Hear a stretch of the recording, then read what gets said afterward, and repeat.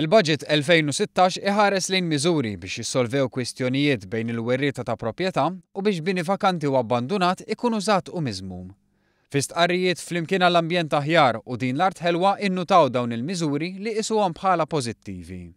Waħda mir-raġunijiet tal-proprjetà vakanti, jiġifieri li tinsab bla użu, huwa nuqqas taqbil bejn il-werrieta. F'dan il-budget iddaħlet miżura li meta għall-inqas il-maġġoranza tal-werrieta jaqblu fuq prezz biex ibjaw, anke jekk ma jkunx hemm qbil bejn kulħadd, il-proprjetà tkun tista' tinbieħ wara 3 snin, tnaqqis minn 10 snin jew 5 skont il-każ.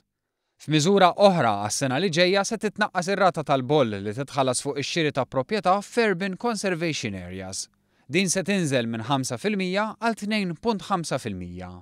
Barra minn hekk biex ikun imħeġġeġ ix-xiri u t-tisbieħ ta' dan il-bini, ir-rata ta' taxxa meta jinbieħ post li jkun irrestawrat se titnaqqas minn 8 għal 5%.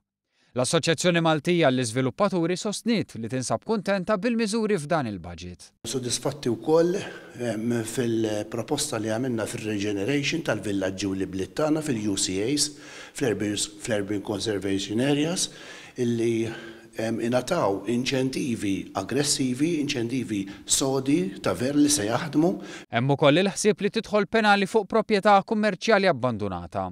Għal dan il-għan il-Gvern se jikkonsulta mal-pubbliku u s-settur tal-proprjetà sabiex jitfassal pjan biex ikun stabbilit obbligu fil-liġi biex proprjetà tinżamm fi stat tajjeb. L-ewwel fil-mira tal-Gvern se jkun bini kummerċjali bħal showrooms li tħallew mitluqa u miftuħa.